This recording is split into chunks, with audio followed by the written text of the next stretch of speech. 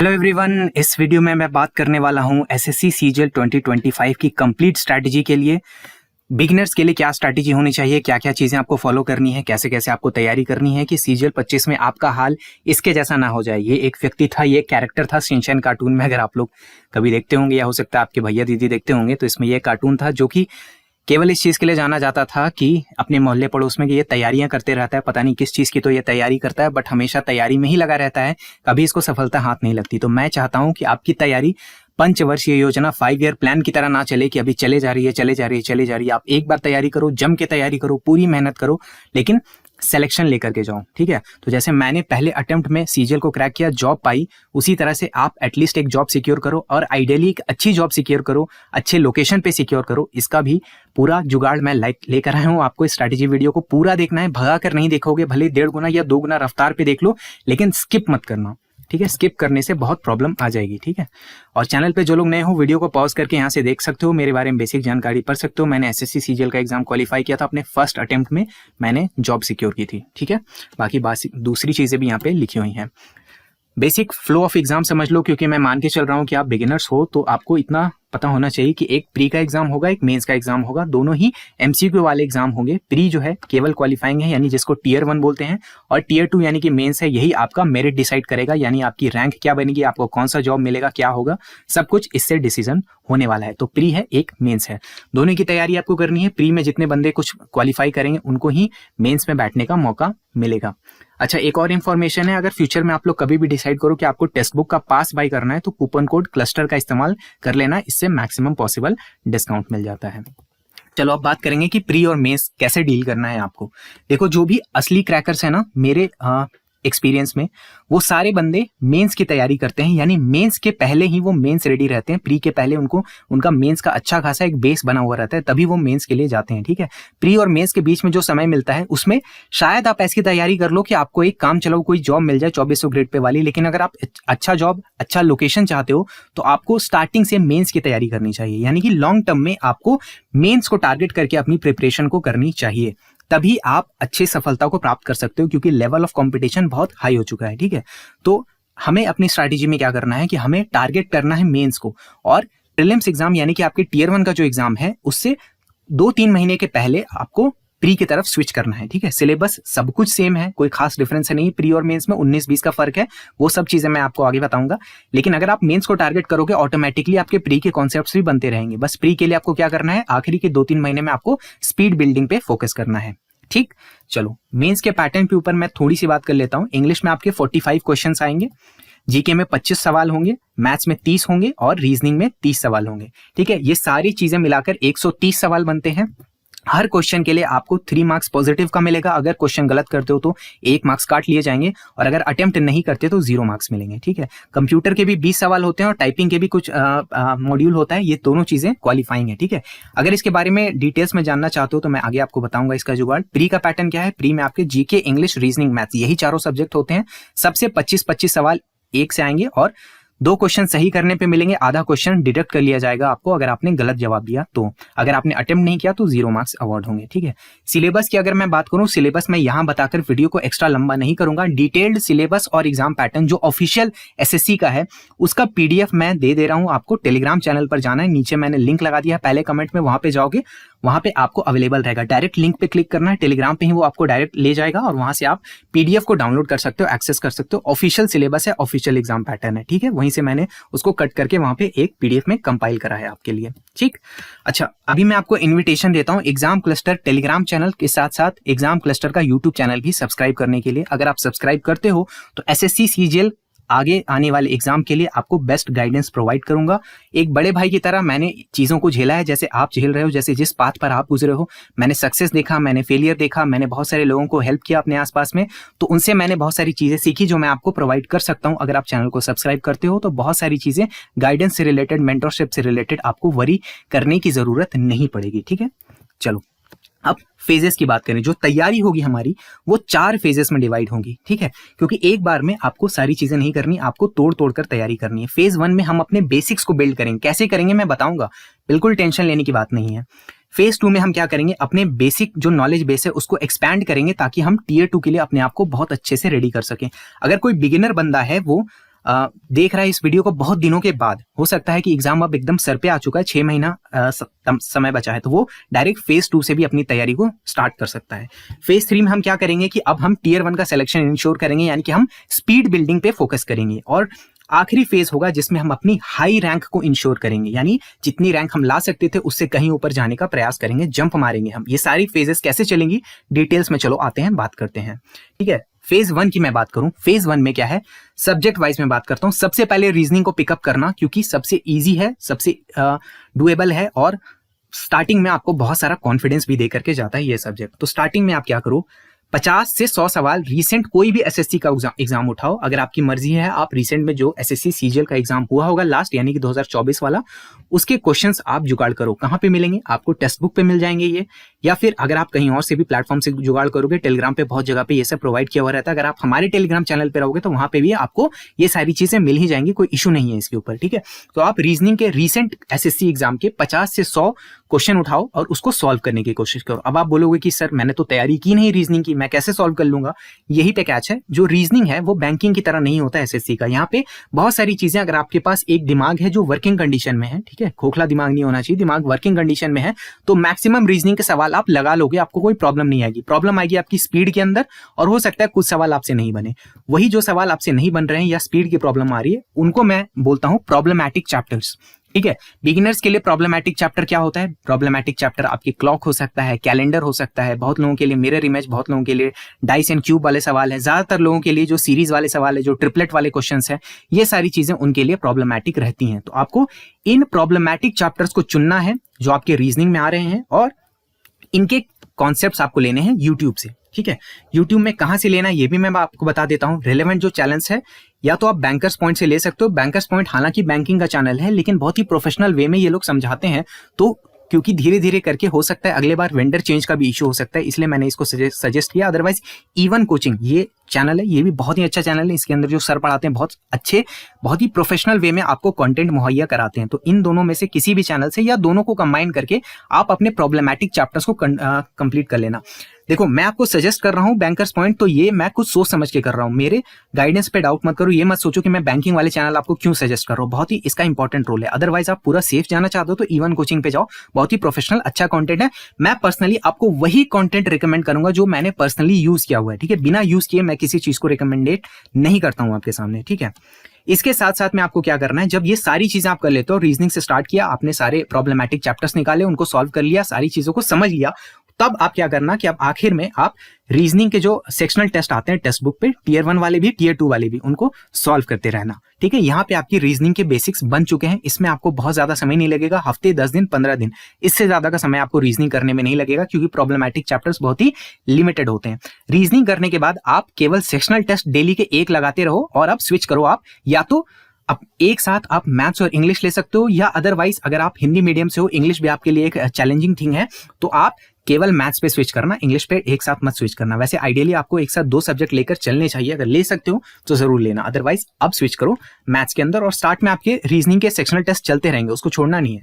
अब देखो क्या करना है, मैथ्स में अपने को फोकस क्या करना है कि हर एक चैप्टर का हमें ऐसी तैयारी करनी है कि एग्जाम में जो तरीके से हमको सॉल्व करना है वो हमें पता होनी चाहिए। देखो, आप में से बहुत सारे ऐसे बच्चे होंगे ना जो आईआईटी की तैयारी किए होंगे, या फिर मैथ्स बैकग्राउंड होगा उनका अच्छा, तो उनको लगता होगा कि अपन तो बहुत बेहतरीन ढंग से सॉल्व कर लेते हैं, कोई दिक्कत नहीं है हमको। बट कुछ ऐसे कॉन्सेप्ट्स होते हैं ना, खासकर अर्थमेटिक वाले, कि अगर आप एग्जाम ओरिएंटेड तरीकों से नहीं बनाओगे तो बहुत ज्यादा टाइम ले जाओगे आप एग्जाम में। ठीक है, ये सब चीजें इंजीनियरिंग वालों को बहुत सारा ईगो रहता है इसके अंदर, और वो लोग इसको फेस करते हैं। मैंने खुद ने फेस किया, इसलिए मैं आपको बता रहा हूँ कि थोड़ी प्रॉब्लम आ जाती है हम लोगों को लगता है कि यार हमें क्या जरूरत है ये सब 8, 9, 10 के मैथ्स को पढ़ने का, ये तो हमको पहले से आता है।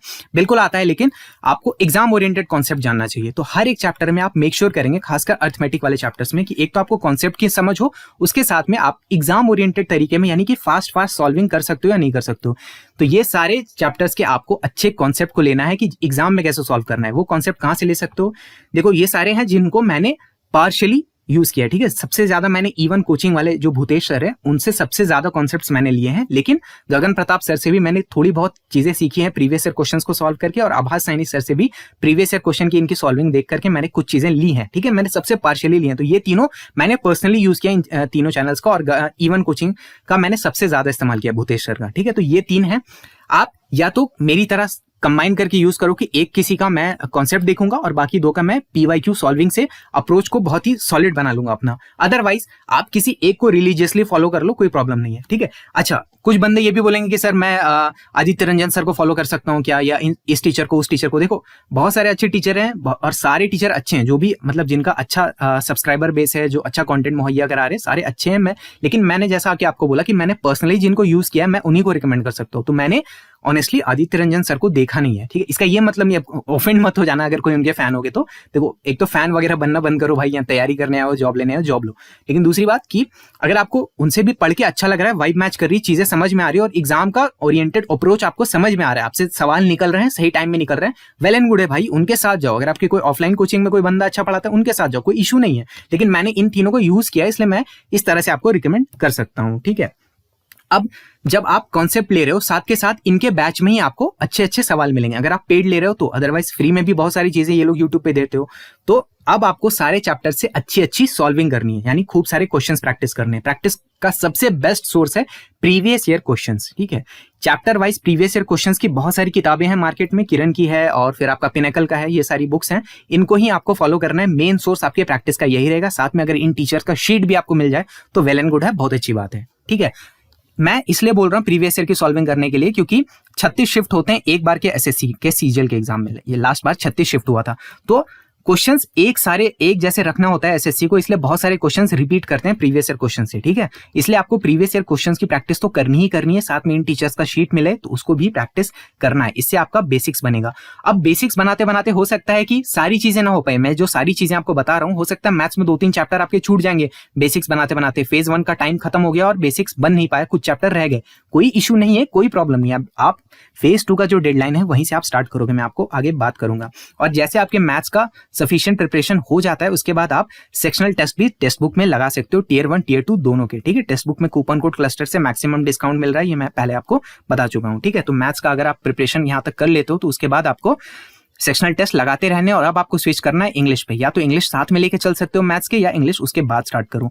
इंग्लिश में क्या करना है, बेसिक तैयारी अपनी फाउंडेशन बनाने के लिए black book of English vocabulary नाम की एक किताब आती है, जिसमें कि आपके पीवाईक्यू सारे कंपाइल्ड होते हैं, और उसमें जो टॉप 200 वोकैब है जो बार बार रिपीट हो रहा है, सबसे ज्यादा रिपीटेशन होता है जिन वोकैब वाले चीजों का, उसका एक कंपाइलेशन बनाकर बुक में दिया हुआ है स्टार्टिंग में सारे चैप्टर्स के, यानी सिनोनिम्स के टॉप 100, एंटोनिम्स के टॉप 100, वन वर्ड सब्स्टिट्यूशन के टॉप 200। तो ऐसे आपको उसको पूरा याद करना है, मेमोराइज करना है, बाय हार्ट करना है, ठीक है। इसका कोई सब्स्टिट्यूशन नहीं है, मैं कोई आपको इसमें चीजें नहीं बता सकता, वहां पे रट्टा ही मारना पड़ेगा, ठीक है। जब ये करते हो उसके साथ में ग्रामर के बेसिक कॉन्सेप्ट्स आपको कहीं से कंप्लीट कर लेने हैं, जो ग्रामर कॉन्सेप्ट्स आने वाले हैं एसएससी के एग्जाम में।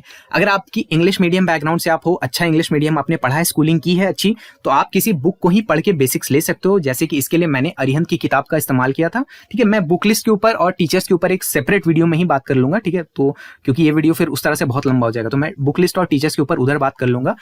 या फिर आप किसी टीचर का कोर्स भी बाय कर सकते हो अगर आप चाहो। अगर आपको लग रहा है कि इंग्लिश थोड़ी ज्यादा ही वीक है, ग्रामर में ज्यादा प्रॉब्लम है, तो किसी का कोर्स ले सकते हो। इसमें बेस्ट है नीतू मैम, ठीक है। नीतू सिंह का सबसे बेस्ट लगता है मुझे।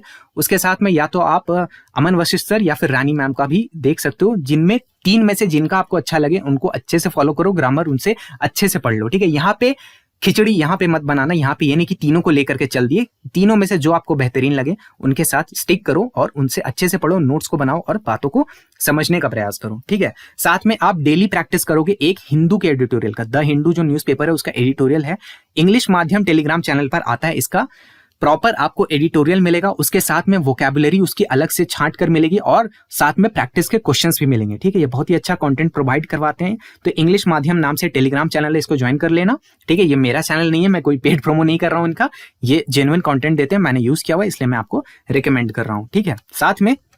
साथ में आपको इंग्लिश के सेक्शनल टेस्ट लगाते रहने, टियर 1 टियर 2 दोनों के टेक्स्ट बुक्स हैं, ठीक है। ये आपको काम करते रहने, जब ऊपर का सारा काम हो जाए तो अब साथ में इसको लेते चलो। और अब हाँ, एक चीज और ध्यान रखना कि अगर इंग्लिश आपका बहुत ही ज्यादा वीक है, मतलब बहुत ही घटिया हालत है आपकी इंग्लिश में, तब क्या कर सकते हो कि कुछ नोवेल वगैरह पढ़ सकते हो या फिर अंग्रेजी वेब सीरीज देख सकते हो, मूवीज देख सकते हो जब भी आपको फ्री टाइम मिलता है। तो सबटाइटल ऑन करो और इंग्लिश मूवीज देखने का प्रयास करो ताकि आपको एज अ लैंग्वेज उसमें अच्छा पकड़ बने। लेकिन ज्यादातर लोगों के साथ ये उतनी बड़ी समस्या नहीं होती और उनके पास थोड़ा समय भी नहीं होगा वेब सीरीज वगैरह देखने का, तो आप स्किप कर सकते हो। लेकिन फिर भी मैं आपको स्ट्रांगली सजेस्ट करूंगा कि जब भी फ्री टाइम में आपको टाइम पास करना होता है तो भैया भोजपुरी हिंदी पिक्चर्स को अभी के लिए साइड करो, अभी थोड़े अंग्रेजी पिक्चर्स को देखना शुरू करो, ठीक है। तो अंग्रेजी मूवी, अंग्रेजी वेब सीरीज, इन सबको देखो सबटाइटल लगा लगा के, तो थोड़ा लैंग्वेज का अंडरस्टैंडिंग भी बहुत अच्छा बनेगा, ठीक है। चलो जीके में बात करें, फाउंडेशन बिल्डिंग के समय जीके में आपको क्या करना है, लूसेंट जीके की किताब 2 बार आपको रीड करना है, ठीक है। रीड करना है अंडरलाइन करते हुए, या तो ये करो, ये थोड़ा सा मतलब मुश्किल काम है, तो अगर आप ये नहीं करना चाहते हो तो जीके सुपर 40 का कोर्स है हमारा, उसको कंप्लीट करना है आपको एक बार। और एसएससी के जीके के पीवाईक्यूज हैं वो साथ साथ में आपको ये दोनों चीजें करती रहनी। अगेन ये पूरा नहीं हो पाएगा, हो सकता है कुछ चीजें इसमें बच जाएं, छूट जाएं, फेज 2 आपका शुरू हो जाए, तब भी कोई प्रॉब्लम नहीं है। लेकिन इन दोनों में से एक काम करने की कोशिश करो, या तो लूसेंट जीके की किताब 2 बार रीड करो, जो सब्जेक्टिव वाली किताब है, मैं उसका बात कर रहा हूँ, एमसीक्यू वाली बुक का नहीं, या फिर जीके सुपर 40 का कोर्स है वो ले सकते हो, हमारा एग्जाम क्लस्टर ऐप पे मौजूद है।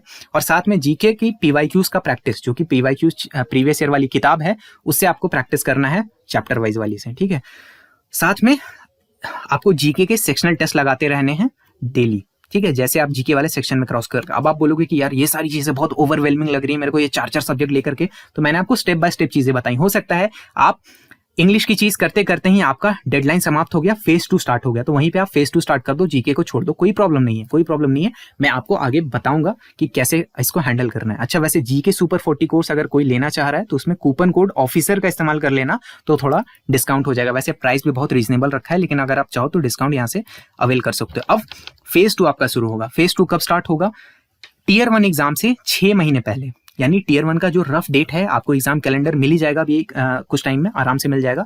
वहां से जाकर आप देखो कि टियर 1 का लगभग किस महीने में शेड्यूल्ड है, उससे 6 महीने पहले का टाइम लाओ और वहां पे डेडलाइन फिक्स करो कि यहां से मुझे फेज 2 का स्टार्ट करना है। अगर फेज 1 की जो भी चीजें आपकी छूट गई, नहीं हो पाई तब तक, तो उसको छोड़ दो, एज इट इज रहने दो, क्योंकि फेज 2 से आप कवर अप कर लोगे। मैंने इसको ऐसे ही डिजाइन किया है कि आप चाहो तो डायरेक्टली फेज 2 से भी स्टार्ट कर सकते हो, कोई इश्यू नहीं है, अगर आपका थोड़ा बहुत भी बेसिक्स बना हुआ है, ठीक है। तो अब फेज 2 में अपन आएंगे, फेज 2 में क्या चीजें करनी है 6 महीने पहले टियर 1 से। अब क्या करेंगे, हम टियर 2 के फुल लेंथ टेस्ट देंगे, क्योंकि हमें टारगेट टियर 2 को ही करना है। तो अब यहां से हम फुल लेंथ टेस्ट बुक पर देना स्टार्ट करेंगे टियर 2 एग्जाम के, ठीक है।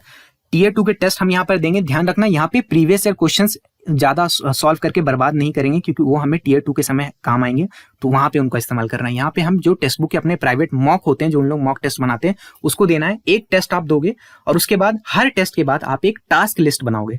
टास्क लिस्ट क्या है, जैसे मैं आपको आगे बताऊंगा कि टास्क लिस्ट क्या है, उसके बारे में हम सब्जेक्ट वाइज बात करेंगे। टास्क लिस्ट में आप कुछ टास्क को, कुछ चीजों को, कुछ लिस्ट बनाओगे कि ये काम मुझे, ये 5, ये 10, ये 15 काम करने हैं। और हर बार जब टास्क लिस्ट के सारे काम आप कंप्लीट करोगे तभी आपको नया टेस्ट देना है, नया मॉक देना है। ज्यादातर बच्चे, जो नए बच्चे होते हैं, देखो मॉक बनाने में बहुत मजा आता है, ठीक है, लेट्स बी ऑनेस्ट, सारी टेक्नोलॉजी वाली चीजें सामने होती है तो बहुत मजा आता है। तो यहाँ बच्चे पढ़ाई करना छोड़ के हर दिन का 1 मॉक, 2 मॉक, 3 मॉक, हर दिन मॉक दे रहे, हर दिन मॉक दे रहे। अरे भैया, इंप्रूव कर नहीं रहे हो तुम, लेकिन रोज मॉक दे रहे हो, फायदा क्या हो रहा है इसका? ऐसे नहीं करना होता है। एक बार मॉक दो, उसमें जो आपकी वीक पॉइंट्स हैं उसको नोट डाउन करो, उसके ऊपर एक टास्क लिस्ट बनाओ, उस टास्क को करो, अपने वीकनेस पे काम करो और फिर नेक्स्ट मॉक को दो, तब देखो इंप्रूवमेंट कितना शानदार तरीके से होगा, ठीक है।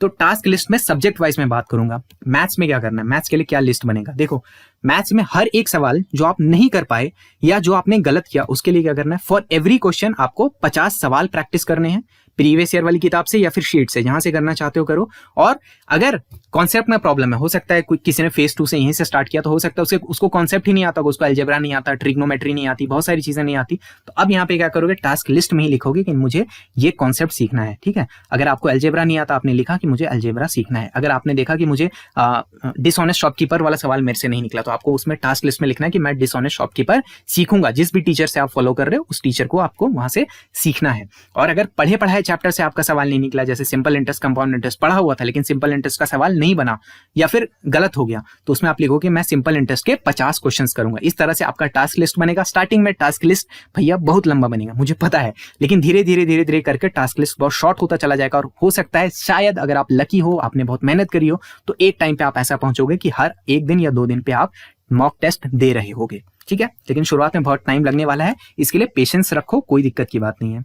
रीजनिंग में क्या टास्क लिस्ट बनेगा, हर क्वेश्चन जो आप गलत कर रहे होगे रीजनिंग में, उसके लिए आपको 30 सवाल करने हैं अगर आपने पढ़ा है कॉन्सेप्ट से प्रॉब्लम किया है तो। अदरवाइज अगर आप कोई ऐसा न्यू कॉन्सेप्ट देखते हो जिसको आपको आता ही नहीं था कि उसके सवाल को कैसे डील किया जाता है, तो उस कॉन्सेप्ट को सीखने का अपने अंदर रखोगे कि मुझे उस कॉन्सेप्ट को सीखना है रीजनिंग का, ठीक है। इस तरह से आप टास्क लिस्ट बनाओगे रीजनिंग के लिए।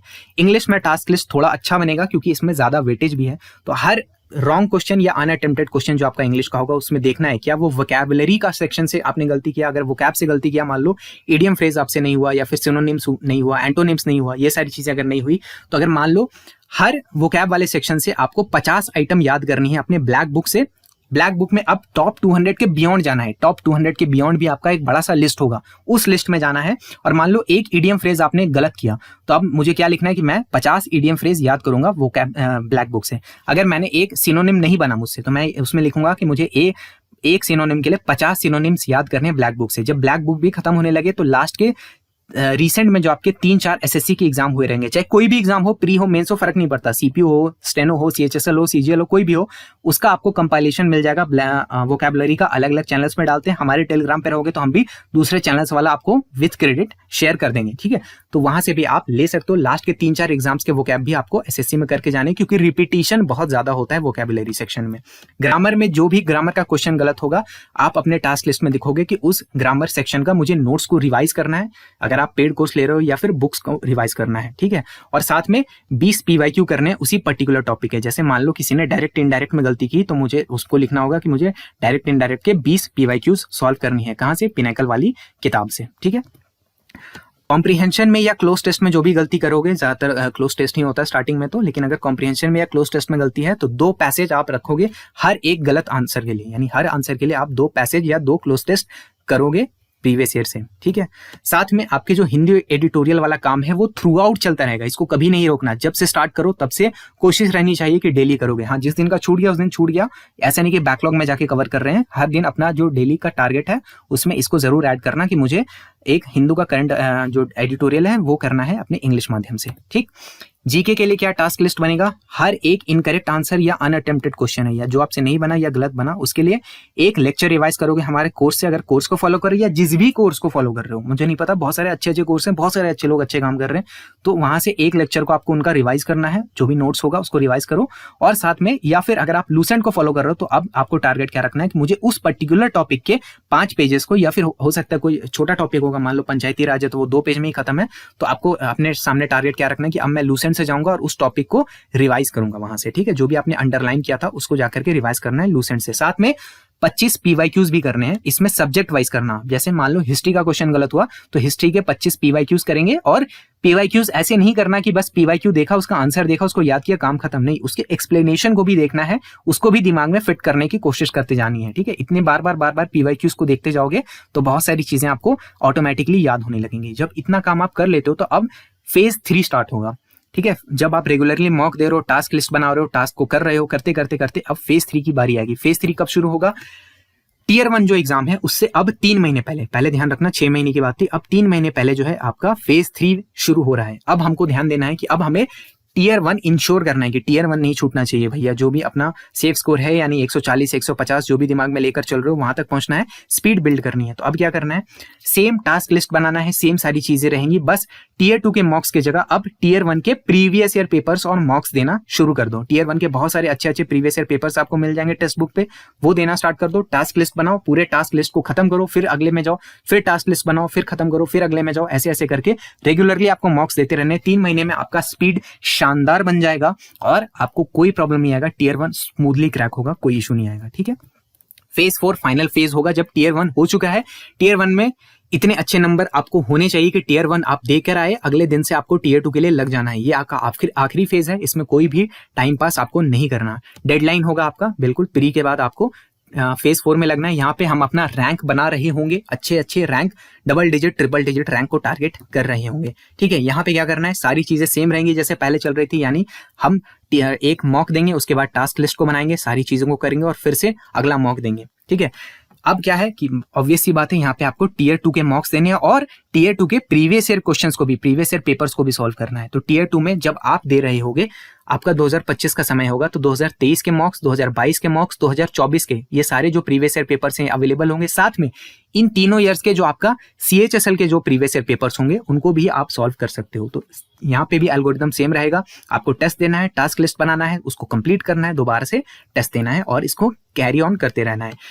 यहाँ पर आप कंप्यूटर को भी टारगेट करोगे क्योंकि कंप्यूटर में कुछ क्वालिफाइंग नंबर लाने रहते हैं, हालांकि बहुत डिफिकल्ट नहीं होता, लेकिन हो सकता है आपको जरूरत हो। तो कोई भी एक मार्केट में स्टैंडर्ड बुक जो भी अवेलेबल है उसको कंप्लीट करके और 2-3 बार उसको रिवाइज कर लेना, या फिर कोई नोट्स भी अच्छे अवेलेबल हैं तो मैं सारा रिकमेंड कर दूंगा आपके बुक लिस्ट वाले वीडियो में, मैं अलग से जो बनाने वाला हूँ उसमें सारी मिल जाएंगी। अरिहंत का अच्छा बुक है या लूसेंट का बुक आता है, ये दोनों बहुत ही अच्छी किताबें हैं, ये आप कर सकते हो, ज्यादा मोटी भी नहीं है, आप इसको करके बहुत बार मल्टीपल टाइम्स रिवाइज करोगे तो सारी चीजें हो जाएंगी। साथ में प्रीवियस ईयर जो क्वेश्चन होंगे कंप्यूटर वाले वो सारे कर लेना, वो आपको पिनाकल की किताब में ही मिल जाएंगे। ठीक है, टाइपिंग क्या करना है, अगर आपको टाइपिंग में बहुत ज्यादा इशू है तो डेली 4 सेट प्रैक्टिस करो या फिर डेली 2 सेट भी प्रैक्टिस कर सकते हो, बहुत ज्यादा प्रॉब्लमैटिक नहीं होता। RKC नवादा वेबसाइट है, इस पे पेड सब्सक्रिप्शन लेना होता है। अगेन ये मैं पैसे लेकर प्रमोट नहीं कर रहा हूं भाई, जेन्युइनली मैंने यूज किया हुआ है। RKC नवादा के अलावा इधर उधर नहीं भटकोगे क्योंकि सबसे सही पैटर्न में और सबसे अच्छे प्रैक्टिस सेट्स यहीं पर मिलते हैं। यहाँ पर जाना है, आपको रजिस्टर करना है, बहुत ज्यादा कोई कॉस्टली नहीं है, 100-150 या 200 रुपए का सब्सक्रिप्शन आता है, छोटा अमाउंट है, आप इजिली अफोर्ड कर सकते हो।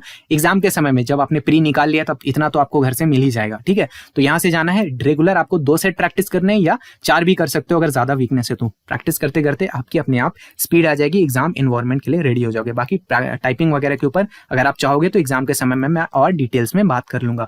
अगर इन सारी चीजों को बहुत अच्छे से करते हो, ईमानदारी पूर्वक करते हो, तो उसके बाद आपका रैंक लाने से कोई नहीं रोक सकता। उसके बाद इस माउंटेन है जो आपके लिए माउंटेन होगा, आपके लिए जो बड़ी चीज होगी, आपके लिए जो बड़ा टास्क होगा वो आप सबको कंप्लीट करोगे और फाइनल सिलेक्शन जरूर प्राप्त होगा। ईमानदारी से करना है और कभी भी बीच में घमंड नहीं लाना। ठीक है, किसी भी चीज का घमंड नहीं लाना, करते रहना है, आगे बढ़ते रहना है और अपने गोल के बारे में ज्यादा लोगों से बात मत करना, ज्यादा लोगों को बताना नहीं कि मैं इस एग्जाम की तरफ जा रहा हूँ, बस अपने आप में रहना, अपने पेरेंट्स को बताना और अच्छी तैयारी करना। सब कुछ अच्छा होगा अगर आप ईमानदारी से करोगे, हार्डवर्क दोगे और बीच में निगेटिव चीजों की तरफ नहीं भागोगे तो। ठीक है, तो सारी चीजें मैंने बात की, लेकिन ऑब्वियसली कुछ चीजें छूटी गई होंगी, कुछ चीजें मेरे से मिस हो गई होंगी, या हो सकता है कि आपके मन में कोई यूनिक डाउट होगा जिसको मैं एंटिसिपेट नहीं कर पाया हूँ, तो वो सारे डाउट्स नीचे कमेंट में लिख दो भाई। मैं कोशिश करता हूँ कि मैं जितने भी जेन्युइन कमेंट्स हों मैं उसका रिप्लाई करूँ, या फिर अगर नीड होती है तो मैं एक सेपरेट वीडियो में ही उसके ऊपर बात कर लूंगा।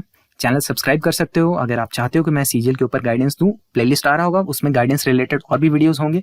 वीडियो अच्छा लगा तो एंड में मैं आपसे बोल रहा हूँ कि लाइक जरूर करके जाना, सब्सक्राइब ना भी करो कोई प्रॉब्लम नहीं, लेकिन लाइक कर देना। हो सके तो अपने दोस्तों के साथ शेयर करना, इससे हमारा मनोबल बढ़ता है, हमें वीडियो बनाने की प्रेरणा मिलती है। यूट्यूब ने थोड़ा सा रीच किल किया हुआ है, तो अगर आप लोग लाइक करोगे तो थोड़ा सा हो सकता है मे बी रीच अच्छा होगा, अगर वीडियो अच्छी लगी होगी तो। ठीक है, तो all the very best for your exam. अच्छे से देना, अच्छे से तैयारी करना, सब कुछ अच्छा होगा। मेरा नाम है ऋषिकेश। जय हिंद।